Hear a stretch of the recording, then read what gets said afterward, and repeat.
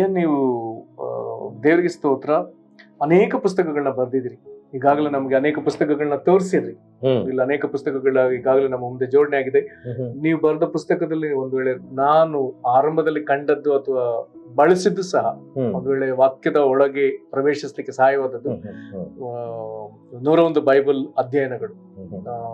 ನನ್ನ ಹತ್ರ ಇದು ಹಳೆ ಬೈಂಡ್ ಇದೆ, ಹಾರ್ಡ್ ಬೌಂಡ್ ಮತ್ತೆ ಬಟ್ಟೆ ಮೇಲೆ ಇದೆ. ಸಂತೋಷ ಆಯ್ತು. ನೀವು ಈ ಪುಸ್ತಕ ನಮ್ಮ ಹತ್ರ ಇದು ಸಹ ಹಳೆದೇ ಇದೆ. ಇದು OM ನವರು ಇಂಗ್ಲಿಷ್ ನಲ್ಲಿ ಮುದ್ರಿಸಿದ್ದಾರೆ. ಜೊತೆಗೆ ಈ ಪುಸ್ತಕ ತೆಲುಗು ಭಾಷೆಯಲ್ಲಿ ಭಾಷಾಂತರವಾಗಿದೆ, ನಂತರ ಮಲಯಾಳಂನಲ್ಲಿ ಭಾಷಾಂತರವಾಗಿದೆ, ತಮಿಳು ಹಿಂದಿ ಸಹ. ಬಹಳ ಸಂತೋಷ. ಇದರ ಜೊತೆಗೆ ಈ ಪುಸ್ತಕ ಸಹ ಗಟ್ಟಿಯಾದ ಆತ್ಮಿಕ ಆಹಾರ, ಈ ಪುಸ್ತಕ ನಮ್ಮ ಮನೇಲಿದೆ. ಈ ಪುಸ್ತಕ ಸಹ ಇದೆ. ನಂತರ ಆತ್ಮಿಕ ವಂಚನೆ, ಅದು ಸಹ ಪ್ರತಿ ನಮ್ಮಲ್ಲಿ ಉಂಟು. ಇದಲ್ಲದೆ ನೀವೇ ಹೇಳಿದ ಹಾಗೆ ಸುಮಾರು 200 ಹಾಡುಗಳನ್ನ ನೀವೇ ಸ್ವತಃ ರಚಿಸಿ, ರಾಗಾಯ ನೀವೇ ಹಾಕಿದ್ರಿ. ಬೇರೆ ಬೇರೆ ಅವರ ಸಹಾಯ ತಕೊಂಡೆ. ಕೆಲವು ನನ್ನ ರಾಗನು ಇದೆ.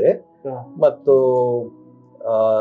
ಒಂದೇ ಮಾರ್ಗ ನವೀನ್ ಅವರು ಸಹಾಯ ತಕೊಂಡು ಯಾವಾಗಲೂ ಕರ್ತನಲ್ಲಿ ಸಂತೋಷ ಅಂತ ಅವ್ರ ಸಹಾಯ ತಕೊಂಡೆ.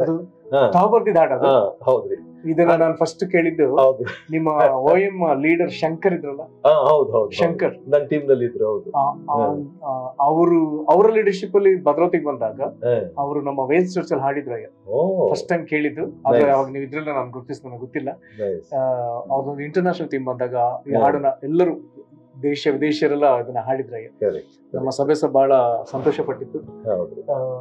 ಅಯ್ಯದ್ರ ಜೊತೆ ನೀವು ಅನೇಕ ಬೈಬಲ್ ನ ಭಾಷಾಂತರದಲ್ಲಿ. ಹೌದು. ಈ ಸಾಂಗ್ ಬಗ್ಗೆ ಹೇಳಿದಾಗ ಇನ್ನ 2 ವಿಷಯ, ಚಿಕ್ಕ ವಿಷಯ. ಅದೇನಂತ ಹೇಳಿದ್ರೆ, ಸುಮಾರು ಸಾಂಗ್ಸ್ ಸ್ಟೀಫನ್ ಬನ್ನಾಯಿ ಅವರು ರಾಗ ಆ ಮ್ಯೂಸಿಕ್ ಕೊಟ್ಟಿದ್ದಾರೆ. ವರ್ಡ್ಸ್ ನಾನು ಹಾಕಿದ್ದೆ. ಇಬ್ರು ಸೇರಿ ನಾವು ಕೆಲವು ಸಾಂಗ್ಸ್, ನೀತಿವಂತರೇ ಇನ್ನೂ ನೀತಿವಂತರಾಗಿರಿ, ಜನರೇ ನಿಮ್ಮನ್ನು ಹೇಗೆ ನಾ ತ್ಯಜಿಸಲಿ, ಇವೆಲ್ಲ ಸ್ಟೀಫನ್ ಬನ್ನಾಯಿ ಅವರು ಮ್ಯೂಸಿಕ್ ಕೊಟ್ಟು. ಹೌದ್ರಿ. ಆನಂತರ ಜಾಯ್ ಕೆ ಪೀಟರ್ ಅಂತ ಹೇಳ್ಬಿಟ್ಟು ಅವರ ಹೆಲ್ಪ್ ತಕೊಂಡು ಸುಮಾರು ಸಾಂಗ್ಸ್ ಇಬ್ಬರು ಕೂತ್ಕೊಂಡು. ಜಾಯ್ ಕೆ ಪೀಟರ್ ಆತ್ಮಿಕ ಯಾತ್ರೆ. ಹೌದ್ರಿ. ಅವರು ಪ್ರಿಯ ಯೇಸುವೆ ನನ್ನ ಒಡೆಯನೇ ನಿನಗಾಗಿಯೇ ನಾ ಬಾಳುವೆ ಅಂತ ಹೇಳ್ಬಿಟ್ಟು ಸುಮಾರು ಸಾಂಗ್ಸ್ ಅವರ ಸಹಾಯ ಕೂಡ ತಕ್ಕೊಂಡು ಕಂಪೋಸ್ ಮಾಡಿ ಹಾಕಿರೋದು. ಲಾಂಗ್ ಬ್ಯಾಕ್ ಅಂದ್ರೆ ಒಂದು ಹತ್ರ ಒಂದು 48 ವರ್ಷಗಳ ಹಿಂದೆ ಯೇಸು ಕರೆಯುತ್ತಾನೆ ಸಾಂಗ್ FJ ಚಲದುರೆ ಅಂತ ಒಬ್ರು, ಅವರ ಸಹಾಯ ತಕೊಂಡು ಕನ್ನಡದಲ್ಲಿ ನಾವು ಇಬ್ಬರು ಕೂತ್ಕೊಂಡು ಆ ದಿವಸಗಳಲ್ಲಿ ಮಾಡಿದ್ದದು. ಮೂಲ ತಮಿಳಿನಲ್ಲಿತ್ತು, ಅದನ್ನ ಕನ್ನಡಕ್ಕೆ ನಾನು FJ ಚಲದುರೆ ಇಬ್ಬರು ಕೂತ್ಕೊಂಡು ಒಂದ್ ಕಡೆ ಮಾಡಿದ್ದು. ಈ ರೀತಿಯ ಕೆಲವು ಸಾಂಗ್ಸ್ ಅದೆಲ್ಲ ಖಂಡಿತ 70 ಗೊತ್ತಿಲ್ಲ, ನಾವು ಕೇಳಿಸ್ಕೊಳ್ಳುವಾಗ 80ರ ದಶಕದಲ್ಲಿ ಬಹಳ ಒಳ್ಳೆಯ ಗಾಸ್ಪಲ್ ಸಾಂಗ್ಸ್ ಗಳು ಮಾತ್ರ. ನೀವು ಬರೆದ ಹಾಡುಗಳಲ್ಲಿ ಚಿಕ್ಕದಲ್ಲಿ ಬಹಳ ಇಷ್ಟಪಟ್ಟು ಹಾಡಿದ ಒಂದು ಹಾಡು ನನ್ನ ದೇವರೇ ನಿನ್ನ ಬಿಟ್ಟರೆ. ಹೌದ್ರಿ. ಪ್ರಭಾಕರ ಯಾಕೆ ಬಹಳ ಲೈಕ್ ಆಯ್ತು ಈ ಸಾಂಗ್. ಅವ್ರು ಒಂದ್ಸರಿ ಯಾವ್ದೋ ಅವ್ರ ಪ್ರಸಂಗದಲ್ಲಿ ಒಮ್ಮೆ ಹೇಳಿದ್ರು ಅವರು, ಇದು ಬರ್ದದ್ದು ಇಡಿ ಚಲದುರೆ ಅವರು. ನನ್ನ ತಾಯಿ ನಾವು ಸಣ್ಣರಿರುವಾಗ ಅವಾಗಿನ ಹಾಸಿಗೆಲ್ಲ ಮಲಗಿರುವಾಗ ಬೆಳಗಿನ ಜಾವ ರೇಡಿಯೋ ಆನ್ ಮಾಡಿದಾಗ ತಪ್ಪದೇ ಒಂದು ಹಾಡು ಕೇಳ್ತಾ ಇತ್ತು, ಏಸು ಪ್ರೀತಿಸ್ತಾನೆ. ಹೌದ್ರಿ. ಆಶ್ಚರ್ಯ ಆಗ್ತದೆ. ಅದು ಇದರಲ್ಲಿ ಯಾವ್ದು ಬಾಂಬೆಯಲ್ಲಿ OM ಟೀಮ್ ನಲ್ಲಿ ಇರುವಾಗ ಒಬ್ಬೊಬ್ಬರದ್ದು ಒಂದೊಂದು ಕೆಲಸ ಇರ್ತಿತ್ತು. ಸುಮಾರು ಒಂದು ಟೀಮ್ ಲೈಫ್ ಅದು. ಒಂದು 20 ಜನ 15 ಜನ ಇರ್ತಿದ್ವಿ. ಅವ್ರು ಊಟ ಮಾಡಿದ್ಮೇಲೆ ಪಾತ್ರೆ ತೊಳೆಯೋದು ಒಬ್ರದ್ದು ಕೆಲಸ. ಅದು ಲಿಸ್ಟ್ ಪ್ರಕಾರ ಪಟ್ಟಿ ಹಾಕ್ತಿದ್ರು. ಆವಾಗ ಒಂದ್ ದಿವಸ ನನಗೆ ಪಾತ್ರೆ ತೊಳೆಯೋ ಕೆಲಸ ಇತ್ತು. ಆವಾಗ ಹಮ್ ಮಾಡ್ಕೊಂಡು ಈ ಯೇಸು ಪ್ರೀತಿಸ್ತಾನೆ ಸ್ವರನ ರಾಗನ ನಾನು ಹಮ್ ಮಾಡ್ಕೊಂಡು ಬಂದಾಗ ಸಿಕ್ಕಿದ ಸಾಂಗ್ ಅದು. ಬಾಂಬೆಯಲ್ಲಿ ಪಾತ್ರೆ ತೊಳೆಯುವಾಗ ಸಿಕ್ಕಿದ ಮೊದಲು ರಾಗ, ನಂತರ ಹೌದ್ರಿ ವರ್ಡ್ಸ್, ಲಿರಿಕ್ಸ್. ಹೌದ್ರಿ. ಗೊತ್ತಿಲ್ಲ, ನೀವು ಮೊನ್ನೆ ಹೇಳುವಾಗ ಗೊತ್ತಾಯ್ತು ಯೇಸು ಪ್ರೀತಿಸ್ತಾನೆ ಹಾಡು ಸಹ ನೀವು ಬರ್ತೀವಿ ಅಂತ ಹೇಳಿ. ಹೆಚ್ಚು ಕಮ್ಮಿ ದಿನಾಲು ಇದನ್ನ ಕೇಳಿಸ್ಕೊಳ್ತಾ ಇದ್ವಿ. ಅಯ್ಯ, ಮತ್ತೆ ನೀವು ನಮ್ಮ ಕನ್ನಡ ಬೈಬಲ್ನ ವಿವಿಧ ಭಾಷಾಂತರಗಳನ್ನ ಕನ್ನಡದಲ್ಲೂ ತಂದಿದ್ರಿ. ಈಗಾಗಲೇ 2 ನಮ್ಮ ಕೈಲಿದೆ, ಒಂದು ಪವಿತ್ರ ಗ್ರಂಥ ಅಂತೇಳಿ, ಇನ್ನೊಂದು ಪವಿತ್ರ ವೇದ ಅಂತ ಹೇಳಿ. 2 ಸಹ ನೀವು ಭಾಷಾಂತರ ಮಾಡಿದ್ದಲ್ಲ? ಹೌದು, ನಾನು ಇಂಟರ್ನ್ಯಾಷನಲ್ ಬೈಬಲ್ ಸೊಸೈಟಿಯಲ್ಲಿ ಇದ್ದಾಗ ನಾನು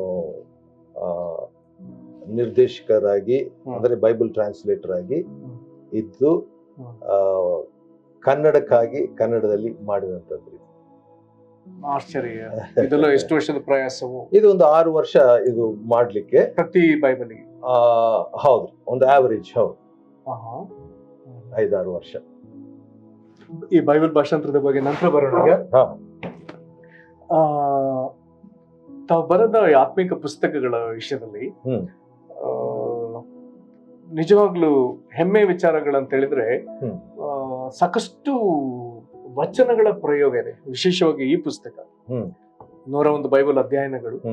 ಒಂದು ವೇಳೆ ಒಂದು ಸ್ಕೂಲ್ ಅಥವಾ ಹೈಸ್ಕೂಲ್ ಓದುವಂತ ಒಂದು ಮಗು ಈ ಪುಸ್ತಕವನ್ನ ಒಂದೊಂದೇ ನೀವು ಕೊಟ್ಟ 101 ವಿಷಯಗಳಲ್ಲಿ ಒಂದೊಂದೇ ವಿಷಯವನ್ನ ಸತ್ಯವೇದದೊಂದಿಗೆ ಹಾಗೆಯೇ ಕ್ರಮಬದ್ಧವಾಗಿ ಓದ್ತಾ ಬಂದ್ರೆ ಹೆಚ್ಚು ಕಡಿಮೆ ಅವರು ಒಂದು ಬೈಬಲ್ ನಲ್ಲಿ ಒಳ್ಳೆ ತರಬೇತಿ ಪಡೆದ ಹಾಗೆ ಅನಿಸ್ತದೆ ನನಗೆ. ನಂತರದಲ್ಲಿ ಅದ್ರ ಮೇಲೆ ಅವ್ರು ಡೆವಲಪ್ ಮಾಡ್ಕೊಳ್ಬಾರ್ದು, ಆದ್ರೆ ಒಂದು ಆರಂಭಿಕ ಹೆಜ್ಜೆಯೊಂದಿಗೆ ಇನ್ನೊಬ್ಬ ಪ್ರಬುದ್ಧತೆ ಸಾಧಿಸ್ಲಿಕ್ಕೂ ಎಷ್ಟೋ ಮೆಟ್ಲುಗಳನ್ನ ಹತ್ತಿ ಮುಂದೆ ಬರ್ಲಿಕ್ಕೂ ನಿಜವಾಗ್ಲೂ ಬಹಳ ಉತ್ತೇಜಕಾರಿಯಾಗಿದೆ. ನೀವು ಬರೆದ ಪುಸ್ತಕಗಳೆಲ್ಲ ಹಾಗೆ ಅನಿಸ್ತದೆ. ಒಬ್ಬರನ್ನ ಆತ್ಮಿಕ ಜೀವಿತದಲ್ಲಿ ಕಟ್ಟಿ ಎಬ್ಬಿಸಿ ನಿಲ್ಲಿಸುವಂಥದ್ದು ಮತ್ತೆ ಅವನ್ನ ತಿದ್ದುವಂಥದ್ದು, ಇಂಥವುಗಳನ್ನೇ ನೀವು ಆದಷ್ಟು ಗಮನ ಕೊಟ್ಟಿದ್ದೀರಿ. ಇದ್ರ ಜೊತೆ ಕೆಲವು ಭಕ್ತರ ಜೀವನ ಚರಿತ್ರೆ ಬರೆದಿದ್ರಿ. ಭಕ್ತರ ಜೀವನ ಚರಿತ್ರೆ ಬಗ್ಗೆ ಬರೆದದ್ದು ಬೇರೆ, ಈ ಪುಸ್ತಕಗಳ ಬಗ್ಗೆ ನೀವು ಕೊಟ್ಟ ಗಮನ ಬೇರೆ. ಇದ್ರ ಬಗ್ಗೆ ಏನಾದ್ರೂ ಹೇಳಿಕೆ ದಯವಿಟ್ಟು ಹೇಳಿಗೆ. ಬೈಬಲ್ ಆಧಾರಿತವಾದಂತ ಪುಸ್ತಕ ಯಾಕೆ ಬರ್ದೆ ಅಂತ ಹೇಳಿದ್ರೆ, ಒಂದ್ಸರಿ ಬಾಂಗ್ಲಾದೇಶ್ನಲ್ಲಿ ಯುದ್ಧ ನಡೀತಾ ಇತ್ತು. ಯುದ್ಧ ನಡೀತಾ ಇದ್ದಾಗ ಅವರು ಯುದ್ಧ ಟೈಮ್ನಲ್ಲಿ ಅಲ್ಲಿಂದ ಬಂದಂತ ನನ್ನ ಸ್ನೇಹಿತರು ಒಬ್ಬರು ಹೇಳಿದ ಮಾತಿದ್ರು. ಅವ್ರು ಹೇಳಿದ್ರು, ಬೈಬಲ್ ಸೊಸೈಟಿ ಮೇಲೇನೆ ಬಾಂಬ್ ಹಾಕ್ಬಿಟ್ರಂತೆ. ಹಾಗಾಗಿ ಆ ಬಿಲ್ಡಿಂಗ್ ಕುಸಿದೋಯ್ತು ಕೆಲವು ವರ್ಷಗಳ ಹಿಂದೆ. ಆದ್ರೆ ಗೋಡೆ, ಕಾಂಪೌಂಡ್ ಗೋಡೆ ಇತ್ತಲ್ವಾ, ಅದು ಬೀಳಲಿಲ್ಲ, ಆದ್ರೆ ಬಿಲ್ಡಿಂಗ್ ಬಿದ್ದೋಯ್ತು. ಆ ಕಾಂಪೌಂಡ್ ಪಕ್ಕದಲ್ಲಿ ಒಂದು ರೋಡ್ ಇತ್ತು. ಬರ್ತಾ ಹೋಗ್ತಾ ಇದ್ದಾಗ ಜನರು ಕುಸಿದು ಬಿದ್ದ ಬಿಲ್ಡಿಂಗ್ ನ ನೋಡ್ಕೊಂಡು ಒಂದು ಅವರ ಪ್ರತಿಕ್ರಿಯೆ ಏನಿತ್ತು ನೋಡ್ಕೊಂಡು ಹೋಗ್ತಿದ್ರು. ಆದ್ರೆ ಆ ಗೋಡೆ ಮೇಲೆ ಒಂದು ವಾಕ್ಯ ಇತ್ತು. ಆ ವಾಕ್ಯ ಯಾವ್ದಂತ ಹೇಳಿದ್ರೆ, ಮತ್ತಾಯನ ಬರೆದ ಸುವಾರ್ತೆ 24ನೇ ಅಧ್ಯಾಯದ 35ನೇ ವಚನದಲ್ಲಿ ಯೇಸು ಸ್ವಾಮಿ ಹೇಳಿದಂತ ಒಂದು ಮಾತದು. ಅದನ್ನ ಜನರು ಈಗ ಬಿಲ್ಡಿಂಗ್ ಬಿದ್ದಿದ್ದನ್ನು ನೋಡ್ತಿದ್ರು, ಆಮೇಲೆ ಆ ವಾಕ್ಯನು ನೋಡ್ತಿದ್ರು. ಎರಡು ಕಂಪೇರ್ ಮಾಡಿದಾಗ ಬಹುಶಃ ಅವ್ರಿಗೆ ಒಂದು ಮೆಸೇಜ್ ಸಿಕ್ಕಿರ್ಬೇಕು. ಅದು ಹೋದ್ರೆ 24-35 ಭೂಮ್ಯಾಕಾಶಗಳು ಅಳಿದು ಹೋಗುವವು, ಆದರೆ ನನ್ನ ಮಾತುಗಳು ಅಳಿದು ಹೋಗುವುದೇ ಇಲ್ಲ. ಆಮೆನ್. ಅಲ್ಲಿ ರಸ್ತೆಯಲ್ಲಿ ಹೋಗ್ತಾ ಬರ್ತಾ ಇದ್ದಂತವರಿಗೆ ಒಂದು ಮೆಸೇಜ್ ಸಿಕ್ತು, ನೀವು ಬಾಂಬ್ ಹಾಕ್ಬಿಟ್ಟು ಬಿಲ್ಡಿಂಗ್ ನಾಶ ಮಾಡಬಹುದು, ಆದ್ರೆ ನನ್ನ ಮಾತುಗಳು ಎಂದಿಗೂ ನಾಶವಾಗುವುದಿಲ್ಲ ಅಂತ ಹೇಳ್ಬಿಟ್ಟು. ಆದ ಕಾರಣ ನಾಶವಾಗದ ವಾಕ್ಯದಿಂದ ಅದನ್ನ ಪಾಯಿಂಟ್ಸ್ ಆಗಿ ಅಂಶಗಳನ್ನಾಗಿಟ್ಕೊಂಡು ಬುಕ್ ಬರ್ದೆ. ಅದೇ ಸಂದರ್ಭದಲ್ಲಿ ಕೆಲವು ಭಕ್ತಾದಿಗಳು ನನಗೆ ನನ್ನ ಲೈಫ್ ನಲ್ಲಿ ಯವನಸ್ಥನಾಗಿದ್ದಾಗ ತಂದೆಯವ್ರ ಬಗ್ಗೆ ಹೇಳಿದೆ. ನಾನು ವೇದರತ್ನಯ್ಯ ಅವರು ಯಾವ ರೀತಿಯಾಗಿ ನನ್ನ ಪ್ರಭಾವಿಸಿದ್ರು, ಅದೇ ರೀತಿಯಾಗಿ ನನ್ನಲ್ಲಿ ಒಂದು ಎಕ್ಸಾಂಪಲ್ ನ ನೋಡ್ಬೇಕು, ಯಾರಾದ್ರೂ ಒಬ್ಬ ಹೀರೋಸ್ ನ ನೋಡ್ಬೇಕು ಅಂತ ಹೇಳ್ಬಿಟ್ಟು, ಯಾವ ರೀತಿಯಾಗಿ ಫ್ಯಾನ್ಸ್ ಅಂತ ಹೇಳ್ಬಿಟ್ಟು ಕೆಲವರು ಇದಾರಲ್ವ, ಆ ರೀತಿಯಾಗಿ ನಾನು ನಮ್ಮ ಆತ್ಮಿಕ ಜೀವಿತಕ್ಕೆ ಸ್ಫೂರ್ತಿ ತುಂಬುವವರು ಅಂತವ್ರನ್ನ ನನ್ನ ಫ್ಯಾನ್ಸ್ ಆಗಿ ಮಾಡ್ಕೊಂಡಿದ್ದಾಗ ಭಕ್ತ ಸಿಂಗಯ್ಯನವರು, ಶತಾನಂದಯ್ಯ ಅವರು, DGS ದಿನಕರನ್ ಅವರು, ಸಹೋದರರು ಜ್ಯಾಕ್ ಪೂನನ್ ಅವರು, ಈ ರೀತಿಯಾಗಿ ಕೆಲವು ಆರ್ ಸ್ಟ್ಯಾನ್ಲಿ ಅವರು, ಈ ರೀತಿಯಾಗಿ ಹೋದ ವಾರ ಹೋಗಿದ್ದವ್ರನ್ನ ಫೋನ್ ಮಾಡ್ಬಿಟ್ಟು ಕರೆದ್ರು, ಬರ್ತೀರಾ ಅಂತ ಕರೆದ್ರು. ಅವರು ಬರ್ತೀರಾ ಅಂತ ಹೇಳಿದ್ಮೇಲೆ ಅದೇ ಒಂದು ನನಗೆ ದೊಡ್ಡ ಗೋಲ್ಡ್ ಮೆಡಲ್ ಇದ್ದಂಗೆ, ಬರ್ತೀನಿ ಅಂತ ಹೇಳ್ಬಿಟ್ಟೆ. 5 ಗಂಟೆ ಬೆಳಗ್ಗೆ ಎದ್ದು, ಬಿಟ್ಟಿದ್ದೀರಾ ಬೆಂಗಳೂರು ಅಂತ ಹೇಳಿದ್ರು. ಆಯ್ತು ಬರ್ತಾ ಇದ್ದೀನಣ್ಣ ಅಂತ ಹೇಳ್ಬಿಟ್ಟು ಹೋದೆ. ನಾನು ಹೋದ ತಕ್ಷಣ ರಿಸೀವ್ ಮಾಡಿದ್ರು. ಒಂದು ಸಂದೇಶ ಇದೆ, ಟ್ರಾನ್ಸ್ಲೇಟ್ ಮಾಡ್ತೀರಾ? ಹಾಗೆ ಆನ್ ದ ಸ್ಪಾಟ್ ಮಲೆಯರು ರೂಮ್ನಲ್ಲಿ. ಹಾಗೆ ನಾನು ಮಾತಾಡಿದೆ, 3 ತಾಸು ಅವರು ಮೆಸೇಜ್ ಕೊಟ್ಟರು. ಅದನ್ನ ಕನ್ನಡಕ್ಕೆ ಇನ್ನೊಬ್ಬ ಸಹೋದರ ತೆಲುಗಿನಲ್ಲಿ ಅದನ್ನು ಮಾಡಿಬಿಟ್ಟು ಅದು ಲಭ್ಯವಿದೆ ಈಗ. ಆದರೆ ಸಭೆಗಳಲ್ಲಿ ಇರುವಂತ ವಿಭಜನಕ್ಕೆ 7 ಕಾರಣಗಳು, 7 reasons causes for the divisions in churches ಅಂತ ಬಹಳ ಚೆನ್ನಾಗಿ ಮಾತಾಡಿದ್ರು. ಅದು ಸಿಗ್ತದೆ, ಆನ್ಲೈನ್ ಅಲ್ಲಿ ಸಿಗ್ತದೆ, ವಾಟ್ಸಾಪ್ ಅಲ್ಲಿ. ಆದ ಕಾರಣ ಕೆಲವು ವ್ಯಕ್ತಿಗಳು ನಾನು ಯೌವನಸ್ಥನಾಗಿದ್ದಾಗ ನನಗೆ ಸ್ಫೂರ್ತಿಯನ್ನು, ತಿದ್ದುವಿಕೆಯನ್ನು, ಉತ್ತೇಜನವನ್ನು ನೀಡಿದಂತ ವ್ಯಕ್ತಿಗಳು. ಅದಕ್ಕೆ ಅವರನ್ನು ನನ್ನ ಫೇವರೇಟ್ಸ್ ಆಗಿ, ನನ್ನ ಹೀರೋಗಳಾಗಿ ನಾನು ಮಾಡ್ಕೊಂಡಿದ್ದೀನಿ ಅಂತ ವಾಟ್ಸ್ಆಪ್ ಡಿಪಿಯಲ್ಲಿ ಭಕ್ತ ಸಿಂಗ್ ಅವರು ಬಂದು ನನ್ನ ಮದುವೆಗೆ ಅವರು ಬಂದು ಕಂಡಕ್ಟ್ ಮಾಡ್ಬೇಕಂತ ಕೇಳ್ಕೊಂಡ್ರೆ ಬರ್ತೀನಿ ಅಂತ ಅವ್ರು ಹೇಳಿದ್ರು. ಅವ್ರು ಬರೆದಂತ ಒಂದು 6 ಲೆಟರ್ಸ್ ನನ್ನ ಹತ್ರ ಗೋಲ್ಡ್ ಮೆಡಲ್ ತರ ಇಟ್ಕೊಂಡಿದ್ದೀನಿ. ಹೌದು, ಅವರು ನಾ ಭೇಟಿ ಆಗಿದ್ದೀನಿ ಕೆಲವು ಸಂದರ್ಭಗಳಲ್ಲಿ, ಹೈದರಾಬಾದ್ ನಲ್ಲಿ, ಬೀದರ್ನಲ್ಲಿ. ಹೇಗೆ ಸಾಧ್ಯ ಆಯ್ತು ಇಂಥ ದೇವರ ಸೇವಕರುಗಳು ನಿಮ್ಮ ಪರಿಚಯಕ್ಕೆ ಬರಲು? ಅಂದ್ರೆ ನಾನು ಒಂದು ಬುಕ್ಲೆಟ್ ನನಗೆ ಸಿಕ್ತು ಅವರ ಸಾಕ್ಷಿಯ ಬಗ್ಗೆ. ಇವರು ಸಾಕ್ಷಿಯಾಗಿ ಅವರ ಟೆಸ್ಟಿಮನಿ ನನಗೆ ಬಹಳ ಎನ್ಕರೇಜ್ ಆಯ್ತು. ಯಾಕಂತ ಹೇಳಿದ್ರೆ ಅವರು ಪಂಜಾಬಿಯಾಗಿ ಇದ್ದಂತ ವ್ಯಕ್ತಿ, ಆದ್ರೆ ಯೇಸು ಕ್ರಿಸ್ತನ ಸ್ವರವನ್ನು ಅವರು ರೂಮ್ ನಲ್ಲಿ ಕೇಳಿಸ್ಕೊಂಡು, ನೀನು ಹೊಸದಾಗಿ ಹುಟ್ಟಬೇಕು ಅನ್ನೋಂಥ ವರ್ಡ್ಸ್ ಅವ್ರು ಕೇಳಿಸ್ಕೊಂಡು, ಅವ್ರು ಹಿಂದಿರುಗಿ ಇಂಡಿಯಾಗೆ ಬರುವಾಗ ಅವರು ಇಂಜಿನಿಯರಿಂಗ್ ಓದಿದಂಥ ಸರ್ಟಿಫಿಕೇಟ್ ಎಲ್ಲ ಅರ್ಧ ಹಾಕ್ಬಿಟ್ಟು ಯೇಸು ಸ್ವಾಮಿಗಾಗಿ ಜೀವಿಸ್ಬೇಕಂತ ಬಂದು ಇಳಿದಾಗ, ಬಾಂಬೆ ತಲುಪಿದಾಗ ಅವ್ರ ತಂದೆ ಬಂದು ಹೇಳಿದ್ರಂತೆ, ಭಕ್ಸಿಂಗ್ ನೀನು ಯೇಸುವನ್ನು ನಂಬಿದೆ ಅಂತ ಗೊತ್ತಾಯ್ತು, ನಂದೇನು ಅಭ್ಯಂತರ ಇಲ್ಲ, ಆದ್ರೆ ಇದ್ರ ಬಗ್ಗೆ ಮಾತಾಡಬೇಡ ನಮ್ಮ ಊರಲ್ಲಿ ಅಂತ. ಅವಾಗ ಹೇಳಿದ್ರಂತ, ಅಪ್ಪ ಯೇಸು ಬಂದು ನನ್ನ ಶ್ವಾಸ, ನೀನ್ ಶ್ವಾಸ ಮಾಡಬೇಡ ಅಂತ ಹೇಳ್ದಂಗಿದ್ದು, ಹಾಗಾದ್ರೆ ನಿನ್ ಮನೆಗೆ ಬರೋದು ಬೇಡ. ಸರಿ ಅಂತ ಹೇಳ್ಬಿಟ್ಟು ಹಾಗೆ ಇದ್ದು 10,000ಕ್ಕಿಂತಲೂ ಹೆಚ್ಚು ಸಭೆಗಳನ್ನು ಸ್ಥಾಪಿಸಿದಂತ ಮಹಾನ್ ವ್ಯಕ್ತಿ. ಮತ್ತು ಬೈಬಲ್ ಅನ್ನು ಆ ದಿವಸಗಳಲ್ಲೇ 200 ಸಾರಿ ಓದಿದಂತ ವ್ಯಕ್ತಿ. 200 ಟೈಮ್ಸ್ ಅವ್ರ ಬೈಬಲ್ ಅನ್ನು ಓದಿ, ಅದು ಏನು ಮೊಣಕಾಲೂರಿನೇ ಓದೋದು, ಸುಮ್ನೆ ಒಂದ್ ಕೈಯಲ್ಲಿ ಕಪ್ ಕಾಫಿ ಇಟ್ಕೊಂಡು ಇನ್ನೊಂದ್ ಕೈಯಲ್ಲಿ ಬೈಬಲ್, ಆ ಟೈಪ್ ಅಲ್ಲ. ಅದ್ರ ಈಗಿನ ಕಾಲದಲ್ಲಿ ಹಂಗಿರ್ಬೋದು. ಯಾವಾಗ್ಲೂ ಮೊಣಕಾಲೂರಿ. ಅವ್ರು ವೈಟ್ ಪ್ಯಾಂಟ್ ನಾನು ನೋಡಿದ್ದೀನಿ, ಇಲ್ಲಿ ಮಾತ್ರ ಕಲರ್ ಚೇಂಜ್ ಆಗಿರ್ತದೆ ಟೆಕ್ಸ್ಚರ್. ಯಾಕಂತ ಹೇಳಿದ್ರೆ ಅವ್ರು ಮೊಣಕಾಲೂರಿ ಅಂತ ಹೇಳ್ಬಿಟ್ಟು. ಒಂದ್ಸರಿ ಶತಾನಂದ ಕೇಳಿದೆ, ಅಯ್ಯ ಭಕ್ತ ಸಿಂಗ್ ಅವ್ರ ಬಗ್ಗೆ ನಿಮ್ಮ ಅಭಿಪ್ರಾಯ ಏನು? ಯಾಕಂದ್ರೆ ಭಕ್ತ ಸಿಂಗ್ ಅವರಿಗೆ ಶತಾನಂದಯ್ಯ ಬೆಂಗಳೂರಿನಲ್ಲಿ ಒಂದ್ಸರಿ ಟ್ರಾನ್ಸ್ಲೇಟ್ ಮಾಡಿದ್ರಂತ, ಇಂಗ್ಲಿಷ್ ಟು ಕನ್ನಡ. ಅಯ್ಯ ನೀವು ಟ್ರಾನ್ಸ್ಲೇಟ್ ಮಾಡಿದ್ರಂತ ಭಕ್ತ ಸಿಂಗ್ ಅವ್ರಿಗೆ, ನಿಮ್ಮ ಅಭಿಪ್ರಾಯ ಏನಯ್ಯ ಭಕ್ತ ಸಿಂಗ್? ಅಯ್ಯೋ ಬಹಳ ಸ್ಟ್ರಿಕ್ಟ್ ಅವರು ಭಕ್ತ ಸಿಂಗ್, ಇವರೇ ಸ್ಟ್ರಿಕ್ಟ್ ಅಂತ ನಾನ್ ಕೇಳಿಸ್ಕೊಂಡಿದ್ದು ಅಂತ ಹೇಳಿದ್ರು. ಇಂಥವರೆಲ್ಲ ನನ್ನ ಜೀವನದಲ್ಲಿ ಇನ್ಸ್ಪಿರೇಷನ್, ಪ್ರೇರಣೆ. ಯೇಸು ಕ್ರಿಸ್ತನು ಜೀವಂತವಾಗಿ ಇವರಲ್ಲಿ ಇರುವಂತದ್ದನ್ನು ಬೇರೆ ಬೇರೆ ಆಂಗಲ್ ನಲ್ಲಿ, ಒಬ್ಬರು ಪ್ರಾರ್ಥನೆಯಲ್ಲಿ, ಇನ್ನೊಬ್ಬರು ಆತ್ಮಗಳ ಗೆಲ್ಲುವಂತದ್ರ ವಿಷಯದಲ್ಲಿ. ಯಾರನ್ನ ಹೇಳಿದ್ರಿ? ಪ್ರಾರ್ಥನೆಯಲ್ಲಿ ಭಕ್ತ ಸಿಂಗ್ ಪ್ರೇಯರ್. ಅವರ ದಿನಕ್ಕೆ ಒಂದು 10 ಸಾರಿ ಆದ್ರೂ ಶಾಲ್ ವಿ ಪ್ರೇ ಪ್ರಾರ್ಥನೆ ಮಾಡೋಣ ಅಂತ. ಊಟಕ್ಕಾಗ್ಲಿ ಯಾವ್ದಕ್ಕಾಗ್ಲಿ ಪ್ರೇಯರ್. ಒಂದ್ಸರಿ ಹೈದರಾಬಾದ್ ನಲ್ಲಿ ಭೇಟಿ ಆಗಿದ್ದು ಭಕ್ತ ಸಿಂಗ್. ಅಯ್ಯೋ ಭಕ್ತ ಸಿಂಗ್ ಅವ್ರು ಇದ್ದಾರಲ್ಲ ಹೈದರಾಬಾದ್, ನಾನು ಯಾವ್ದೋ ಏರ್ಪೋರ್ಟ್ ನಲ್ಲಿ ಯಾವ್ದೋ ಹೋಗ್ಬೇಕಾಗಿತ್ತು ಬೆಂಗಳೂರಿಗೆ. ಅವರು ನಿಂತ್ಕೊಂಡಿದ್ರು, ಓಡೋದೆ, ಬ್ರದರ್ ಪ್ರೇ ಫಾರ್ ಮೀ ಅಂತ ಹೇಳಿದೆ. ವಾಟ್ಸ್ ಯುವರ್ ನೇಮ್ ಅಂತ ಕೇಳಿದ್ರು. ಚಲದೊರೆ. ಹೌದು ಚಲದೊರೆ, ಲೆಟ್ಸ್ ಪ್ರೇ ಅಂತ ಮೊಣಕಾಲು ಊರ್ಬಿಟ್ರು ಏರ್ಪೋರ್ಟ್ ನಲ್ಲಿ. ನಾನು ಎಲ್ಲ ನಿಂತ್ಕೊಂಡಿದ್ದಾರೆ, ಯಾಕಂದ್ರೆ ಕೋಟ್ ಹಾಕೊಂಡು. ಇಮಿಡಿಯೇಟ್ಲಿ ಅವರು ಮೊಣಕಾಲೂರಿ, ನಾಚಿಕೆ ಪಡದೆ, ಸಂಕೋಚವಿಲ್ಲದೆ ತನ್ನ ಸೃಷ್ಟಿಕರ್ತನ ಮುಂದೆ ಪ್ರಾರ್ಥನೆಯಲ್ಲಿ ಮೊಣಕಾಲೂರಿ. ಅವರು ಮೊಣಕಾಲೂರಿನ ಮೇಲೆ ನಾನು ಮೊಣಕಾಲೂರ್ಲೇಬೇಕು. ಜೊತೆಗಿದ್ದಂತ 2-3 ಅವರು ಮೊಣಕಾಲೂರಿದ್ರು. So he was a man of God. Child of God ದೇವರ ಮಗು, ಸರ್ವೆಂಟ್ ಆಫ್ ಗಾಡ್ ದೇವರ ಸೇವಕರು, man of God or woman of God ಅದು PhD. LKG ಅಂತಾರಲ್ವಾ, ಕಿಂಡರ್ ಗಾರ್ಡನ್, ಅದು ಚೈಲ್ಡ್ ಆಫ್ ಗಾಡ್. ಸ್ವಾಮಿ ನಾನು ನಂಬಿದೆ, ಗುಡ್. ಇನ್ನು ಸ್ವಲ್ಪ ಪ್ರಗತಿ ಹೊಂದುವಂಥದ್ದು ಸರ್ವೆಂಟ್ ಆಫ್ ಗಾಡ್. ಆದರೆ ಮ್ಯಾನ್ ಆಫ್ ಗಾಡ್ ನಾನು ನೋಡಿದ್ದು ಕರ್ನಾಟಕದಲ್ಲಿ, ಭಾರತ ದೇಶದಲ್ಲಿ ಒಂದು 10-20 ದೇಶಗಳು ನಾನು ಸುತ್ತಿರ್ಬೋದು. ಆದರೆ ಮ್ಯಾನ್ ಆಫ್ ಗಾಡ್, ದೇವರ ಮನುಷ್ಯರು ಅಂತ ಹೇಳ್ಕೊಳ್ಳುವಂತ ವ್ಯಕ್ತಿಗಳು ಒಬ್ಬರಿಬ್ಬರು ಅಷ್ಟೇ. ಅದ್ರಲ್ಲಿ ಒಬ್ಬರು ಬ್ರದರ್ ಭಗತ್ ಸಿಂಗ್. ಯಾವ ಕಾರಣಕ್ಕೆ ನೀವು ಯಾವ ಕಾರಣಕ್ಕೆ ಅಂತ ಹೇಳಿದಾಗ, ಈಗ ನೋಡಿ, ಟೂತ್ ಪೇಸ್ಟ್, ಇವತ್ತು ಬೆಳಗ್ಗೆ ನಾವೆಲ್ಲರೂ ಟೂತ್ ಪೇಸ್ಟ್ ಯೂಸ್ ಮಾಡಿರ್ತೀವಿ.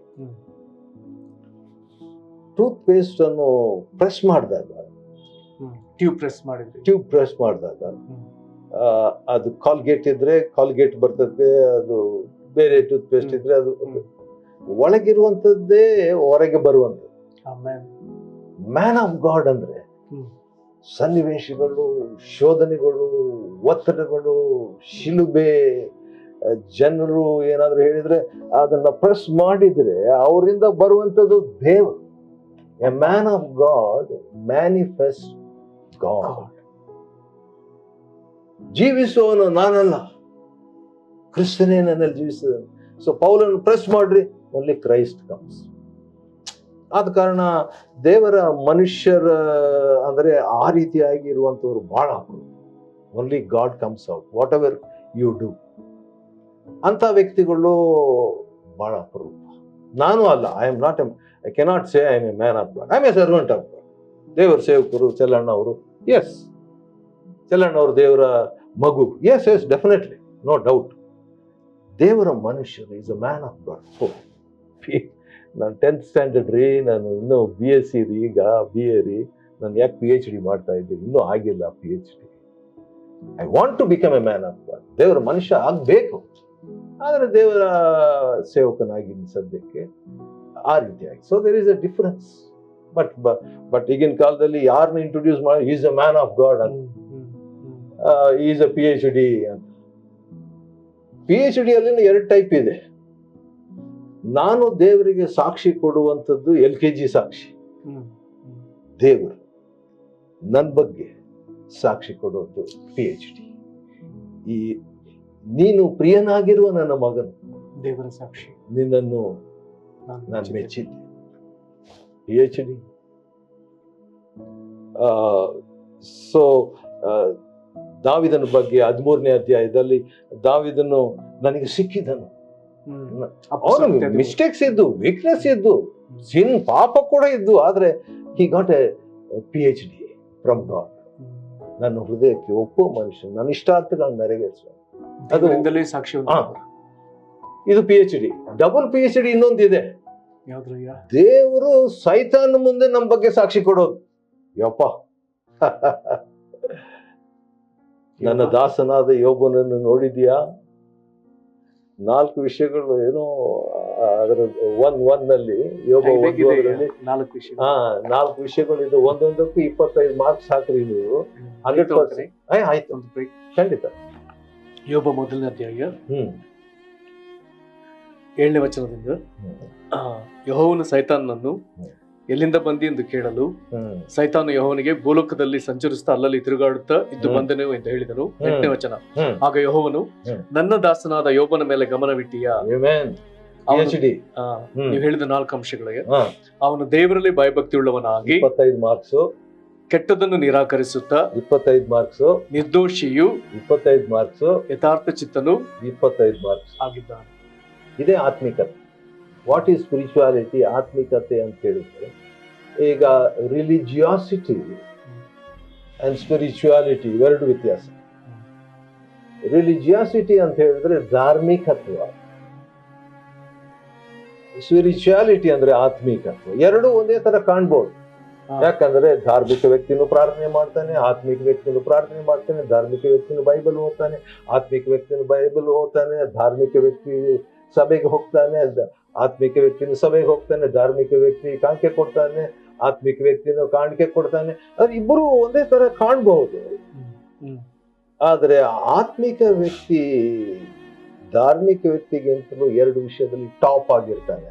ಅದು ಯಾವುದಂತ ಹೇಳಿದ್ರೆ, ಧಾರ್ಮಿಕ ವ್ಯಕ್ತಿ ತನ್ನ ಜೀವನದಲ್ಲಿ ದೇವರಿಗೆ 2ನೇ ಸ್ಥಾನ, 3ನೇ ಸ್ಥಾನ ಅಥವಾ 100ನೇ ಸ್ಥಾನ ಕೊಟ್ಟಿರ್ತಾನೆ. ಆತ್ಮಿಕ ವ್ಯಕ್ತಿ, ಆತ್ಮಿಕತ್ವ ಅಂದರೆ ದೇವರಿಗೆ ಆಲ್ವೇಸ್, ಯಾವಾಗಲೂ ಪ್ರಥಮ ಸ್ಥಾನ ಕೊಟ್ಟಿರುವ. ಕೆಲವು ಸರಿ ಸೇವೆಗೂ ನಾವು ಪ್ರಥಮ ಸ್ಥಾನ ಕೊಟ್ಬಿಟ್ಟು ದೇವರಿಗೆ 2ನೇ ಸ್ಥಾನ ಕೊಟ್ರೆ ನಾವು ಧಾರ್ಮಿಕ ವ್ಯಕ್ತಿ. ಆದ್ರೆ ಆತ್ಮಿಕ ವ್ಯಕ್ತಿ, ಇದ್ರ ಬಗ್ಗೆ ಕೂಡ ಪ್ರಕಟಣೆ ನಮಗೆ ಸಿಗ್ಬೇಕು, ಇಲ್ಲದಿದ್ರೆ ನಾವು ಆತ್ಮಿಕ ವಂಚನೆಗೆ ಒಳಗಾಗ್ತೇವೆ. ಇನ್ನೊಂದು, ಧಾರ್ಮಿಕ ವ್ಯಕ್ತಿ ಅವನು ಪ್ರಾರ್ಥನೆ ಮಾಡಿದ್ರು, ಬೈಬಲ್ ಓದಿದ್ರು, ಸೇವೆ ಮಾಡಿದ್ರು, ಇನ್ನೇನೇ ಮಾಡಿದ್ರು ಸ್ವಲ್ಪ ಸ್ವಾರ್ಥ ಇಟ್ಕೊಂಡು ಮಾಡ್ತಿರ್ತಾನೆ. ಬೈಬಲ್ ನೀವು ಅಂಡರ್ಲೈನ್ ಮಾಡಿದ್ದ ಬೈಬಲ್ಗಳೆಲ್ಲ ನೋಡ್ರಿ, ದೇವ್ರು ನನಗೇನ್ ಕೊಡ್ತಾನೆ ಅನ್ನೋದೇ ಅಂಡರ್ಲೈನ್ ಮಾಡಿರ್ತೀವಿ. ನಾವು ದೇವ್ರಿಗೆ ಕೊಡುವಂಥದ್ದು ಬಹಳ ಕಡಿಮೆ. Oh God will bless you, okay underline. ನಾನು ಏನೋ ಇದು ಕೊಡ್ತೀನಿ, ಅದು ಕೊಡ್ತೀನಿ, ಎಲ್ಲ ಅಂಡರ್ಲೈನ್ ಮಾಡ್ತೀನಿ. ಆತ್ಮಗಳನ್ನು ಕೊಡ್ತೀನಿ, ಗುಡ್, ಇವೆಲ್ಲ ಒಳ್ಳೇದೇ. ಆದ್ರೆ what can I get from god ಅನ್ನೋದು ಧಾರ್ಮಿಕ ವ್ಯಕ್ತಿ. What can I give for god? ನಾನೇನ್ ದೇವ್ರ ಕೊಡ್ಲಿ? ತನ್ನ ಸ್ವಂತ ಮಗನನ್ನು ಉಳಿಸ್ಕೊಳ್ಳದೆ ನನಗೋಸ್ಕರವಾಗಿ ಕೊಟ್ಟ ಮೇಲೆ ಸಮಸ್ತವನ್ನು ನನ್ ಕೊಡ್ಬೇಕಂತ ರೆಡಿ ಇದೆ. ಭೂಮಿ ಆಕಾಶ ಉಂಟು ಮಾಡಿದ ನನ್ಗೋಸ್ಕರ, ಗಾಳಿ ಉಂಟು ಮಾಡಿದ ನನ್ಗೋಸ್ಕರ, ಏ ಸ್ವಾಮಿ ಲೋಕಕ್ಕೆ ಬಂದ್ ನನ್ಗೋಸ್ಕರ, ಎಲ್ಲ ನನಗೋಸ್ಕರ ಮಾಡಿದ್ಮೇಲೆ ಇನ್ನೂ ಯಾಕೆ ನನಗೆ ಬೇಕು? ಏನು ಬೇಡಪ್ಪ, ನೀನೇ ಬೇಕು. ಕರ್ತನು ನನಗೆ ಕೊಡ್ಬೇಕು. ಆತನಿದ್ದ ಕೊರತೆ ಪಡೆ. ಆದ ಕಾರಣ ಆತ್ಮಿಕ ವ್ಯಕ್ತಿ ನಿಸ್ವಾರ್ಥನಾಗಿರ್ತಾನೆ.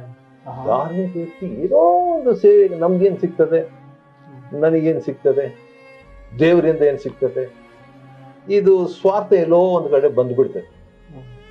ಯಾವ್ದೋ ರೆಮಿಂಗ್ಟನ್ ಟೈಪ್ ರೈಟರ್ ಅಂತ ಇದೆಯಲ್ಲ, ಆಗಿನ ಕಾಲದಲ್ಲಿ ಇರ್ತಿತ್ತು. ಆ ರೆಮಿಂಗ್ಟನ್ ಟೈಪ್ ರೈಟರ್ ಹತ್ರ ಯಾರು ಕೇಳಿದ್ರಂತೆ, ಈ A to Z ಅಕ್ಷರಗಳಲ್ಲಿ ಯಾವ ಅಕ್ಷರ ಸಾರ್ ಹೆಚ್ಚಾಗಿ ಸೌದು ಹೋಗೋದು ಅಂದ್ರೆ ಐ ಅಂದ್ರಂತೆ.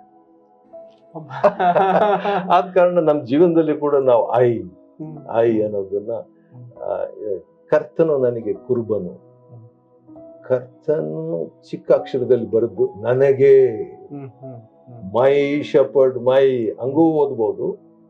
ಕರ್ತನು ಅದು ದೊಡ್ಡ ಅಕ್ಷರದಲ್ಲಿ, ದ ಲಾರ್ಡ್ ಎಲ್ಲ capital, is my shepherd, small MY, ನನ್ನ ಹಂಗೂ 2 ರೀತಿಯಿಂದ ಬೈಬಲ್ ಓದ್ಬೋದು. ಒಂದು ಪ್ರಕಟಣೆ, ಇನ್ನೊಂದು ನೀವು ಹೇಳ್ದಂಗೆ ಮಾಹಿತಿ. ಒಂದು ಧಾರ್ಮಿಕತ್ವ, ಇನ್ನೊಂದು ಆತ್ಮಿಕತ್ವ.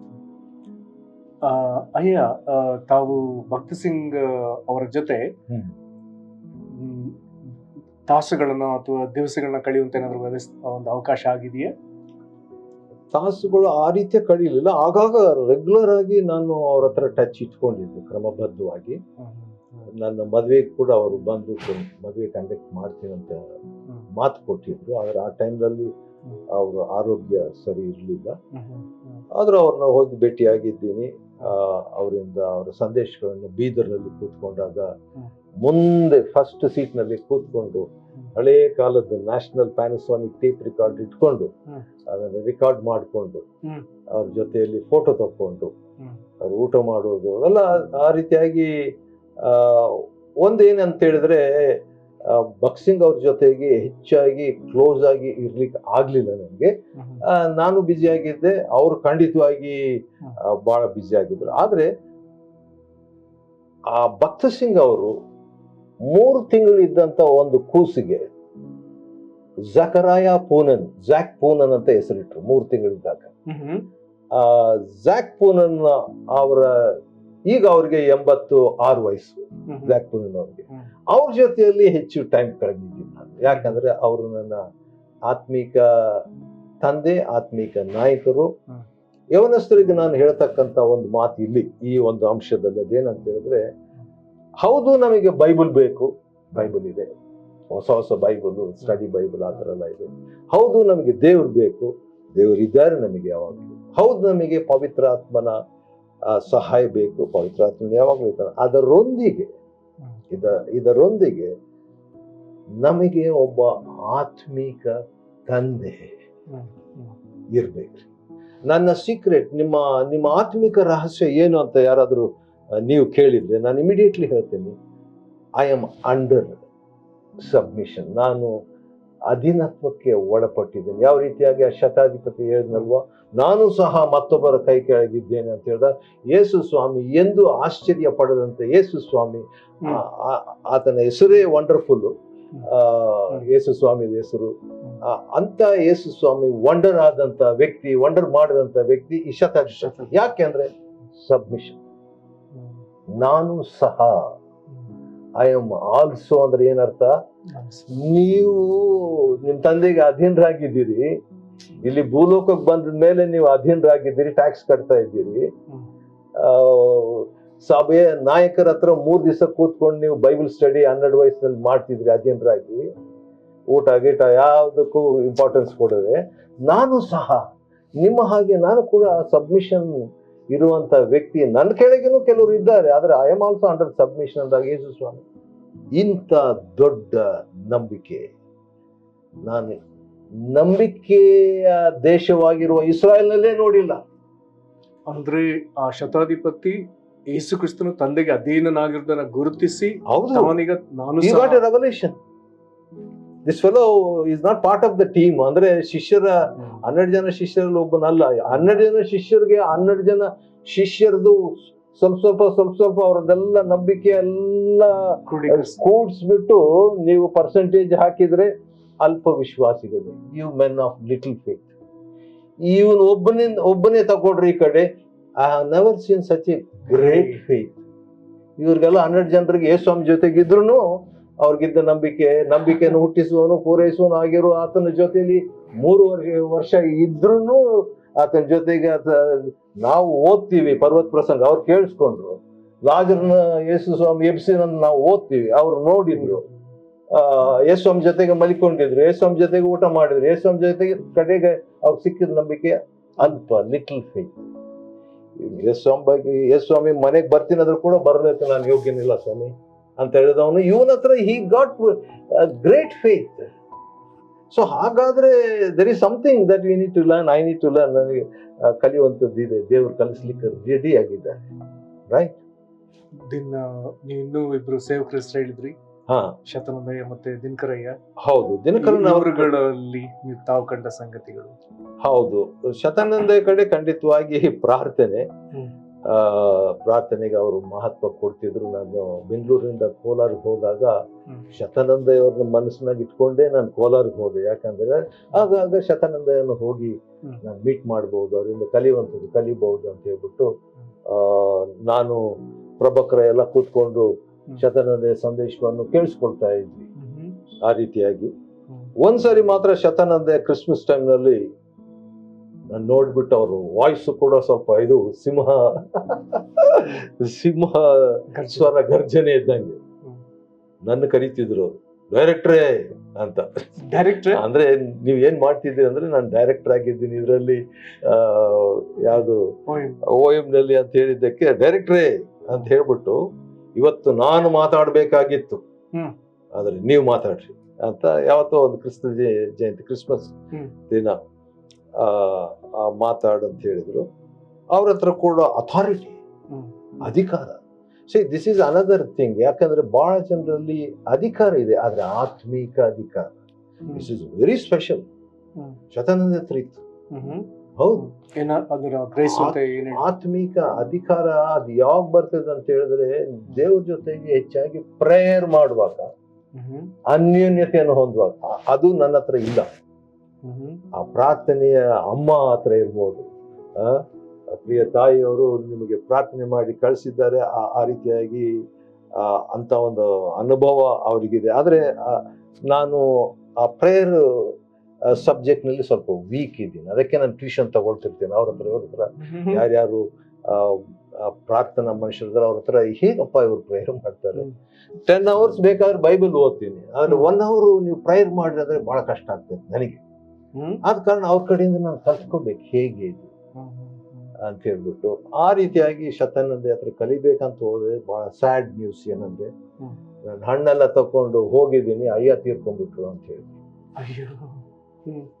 ಸೊ ಏನ್ ಮಾಡೋದು, ಸರಿ ದಿನಕರನ್ನು ಟೀಚ್ ಮಾಡ್ತಾರೆ, ಅಲ್ಲಿ ಹೋಗಿದೆ ಅಂತ. ಅಲ್ಲಿ ಹೋಗ್ಬೇಕಾದ್ರೆ 15 ದಿವಸ ಲೀವ್ ಯಾವತ್ತೂ ನಮ್ಮ ಸಂಸ್ಥೆಯಲ್ಲಿ ಕೊಡಲ್ಲ. ಏನೋ ಒಂದು ಅದ್ಭುತ, ಅದು ಕೊಟ್ರು. 15 ದಿವಸ ಹೋದೆ ನಾನು ವರದರಾಜಯ್ಯ, ನಾವು ಮಾತಾಡಿದ್ರಲ್ಲ, ಇಬ್ಬರು ಸೇರ್ಕೊಂಡು ಹೋದ್ವಿ.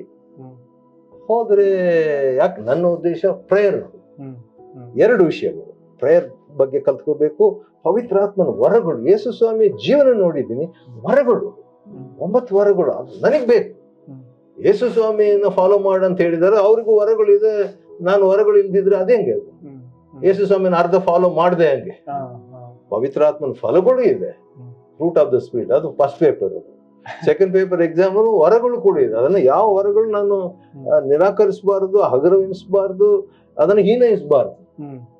ಒಂದ್ ವೇಳೆ ಹೀನೈಸ್ಬಿಟ್ರೆ ಅದ್ ಹೆಂಗಂದ್ರೆ, ನಮ್ಗೆ ಎಲೆಕ್ಟ್ರಿಸಿಟಿ ಬೇಡಪ್ಪ, ಯಾಕಂದ್ರೆ ಶಾಕ್ ಹೊಡೆದ್ಬಿಡ್ತೈತೆ ಅಂತ. ಕೆಲವು ಒಂದು ಹಳ್ಳಿಯಲ್ಲಿ ಎಲೆಕ್ಟ್ರಿಸಿಟಿ ಬೇಡ ಅಂತ, ವರಗಳು ಬೇಡ ಅಂತ ಹೇಳ್ಬಿಟ್ಟು ಹೇಳ್ದಂಗೆ ಅದು.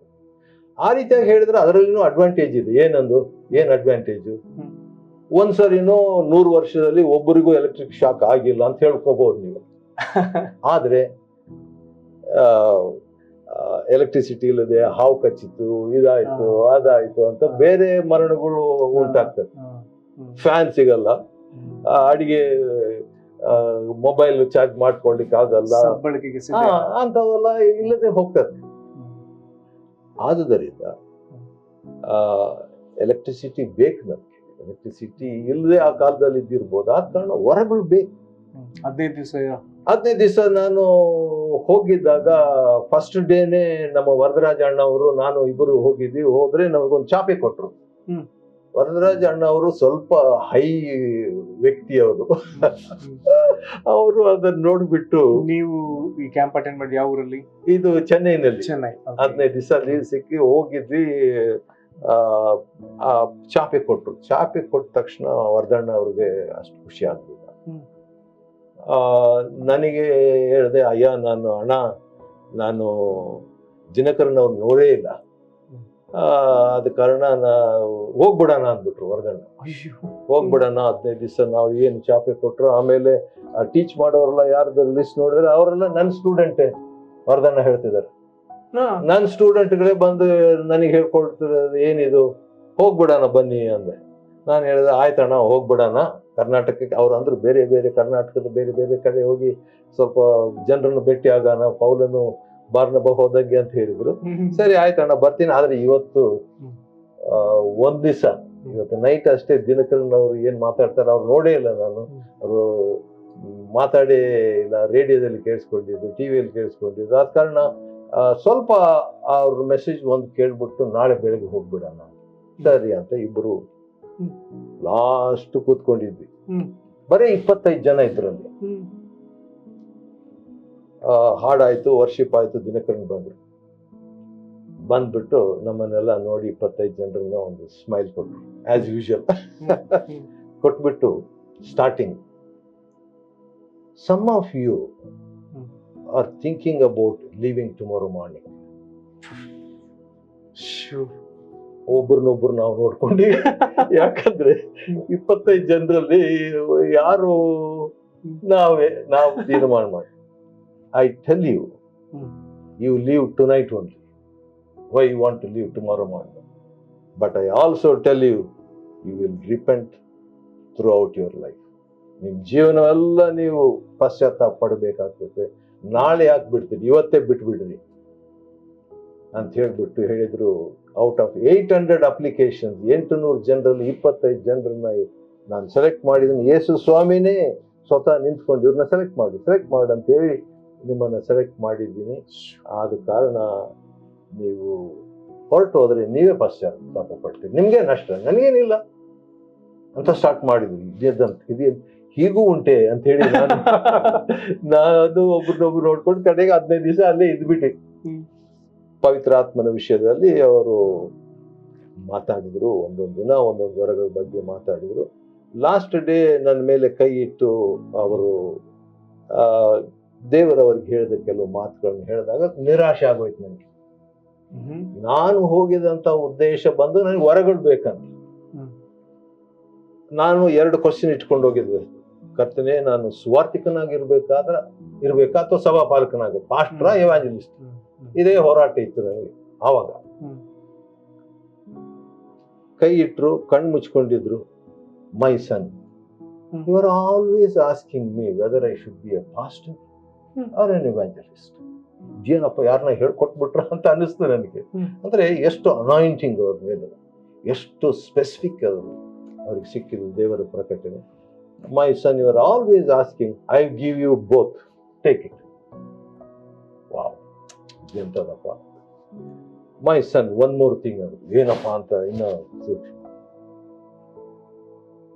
You will be like John the Baptist.